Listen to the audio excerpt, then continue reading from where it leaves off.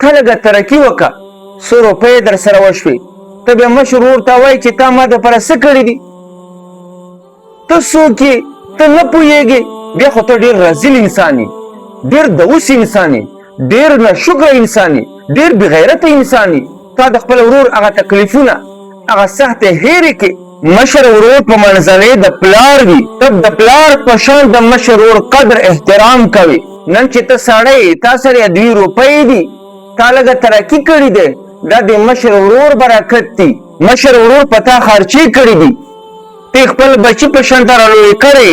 تا دپاره مشر ورور ډېر تکلیفونه تېر کړي دي، ټول عمر یې سفر کړی دی، صرف دې دپاره چې زما دغه وروڼه چاته لاس ونه نیسي، زما دغه وروڼه خفه نه شي، زما وروڼه تعلیم وکړي، زما دغه وروڼو نه سړي جوړ شي. نن چې ته سړی شوې، ته لږه ترقي وکړه، څو روپۍ در سره وشوې، ته بیا مشر ورور ته وایي چې تا ما دپاره څه کړي دي؟ ته څوک یې؟ ته نه پوهېږې؟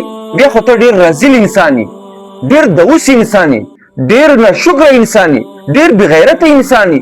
تا د خپل ورور هغه تکلیفونه، هغه سختې هېرې کړې.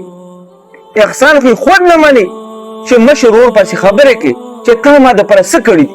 مشر ورور خو ستا دپاره خپله زندګي تباه کړې دی، خپله بیبي تباه کړې دی، خپل اولاد یې تباه کړی دی، صرف دې دپاره چې ما وروڼه خفه نه شي.